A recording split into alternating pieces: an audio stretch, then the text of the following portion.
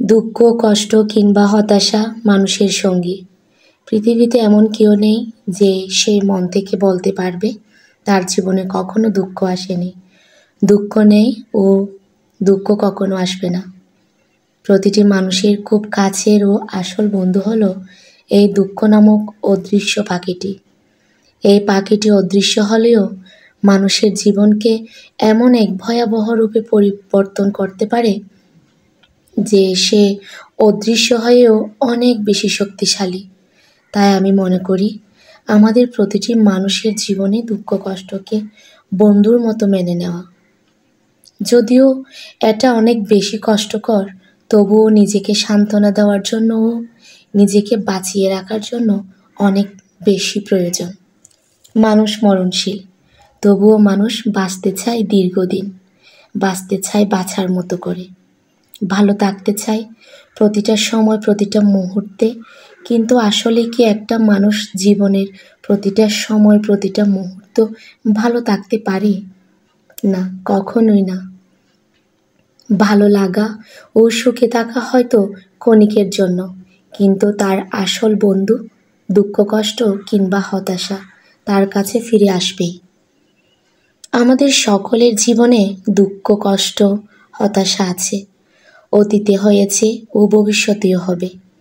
আপনি আপনার জীবনকে যত সুন্দরভাবে গুছিয়ে নেন না কেন, এটা কখনো ভাববেন না যে আপনার জীবন থেকে হতাশা কিংবা দুঃখ নামের পাখিটি উড়ে চলে গেছে।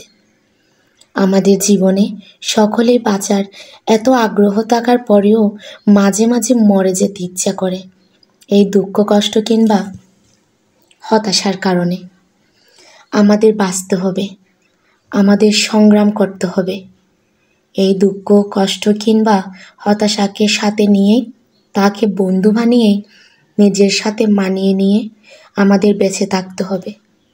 দুঃখ কষ্ট কিংবা হতাশা এটা জীবনের একটা অংশ, এটা কোনো লজ্জার ব্যাপার না। আমাদের সকলের উচিত দুঃখ কষ্ট কিংবা হতাশাকে সাথে নিয়ে বাঁচতে শেখা।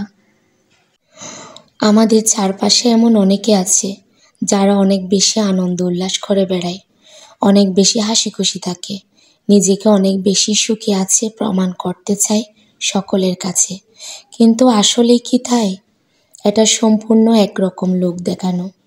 এটা কখনোই হয় না, এটা কখনোই সত্য না।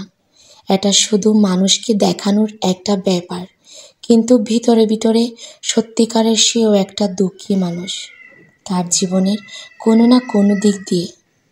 তবে এটা সত্যি কথা, আমাদের দুঃখ কষ্ট কিংবা হতাশা আছে, আমাদের দুঃখ কষ্ট কিংবা হতাশা ছিল, আমাদের দুঃখ কষ্ট কিংবা হতাশা থাকবে।